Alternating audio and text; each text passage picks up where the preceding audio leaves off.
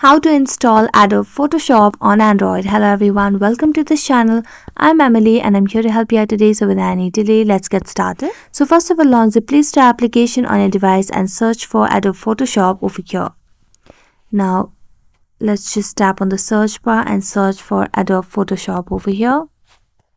As you do that, here you can see there is no direct option to download the application. So we're going to go back and then tap on the Chrome browser on our device and then tap on the search bar and search for Adobe Photoshop. So just tap on Adobe Photoshop download and then scroll down and tap on Adobe over here.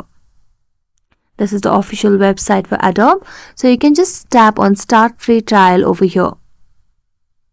As you do that, you can also get different premium values and services over here. You can select them and get Adobe Photoshop on your device, but otherwise you can just enjoy the trial and have it using its service.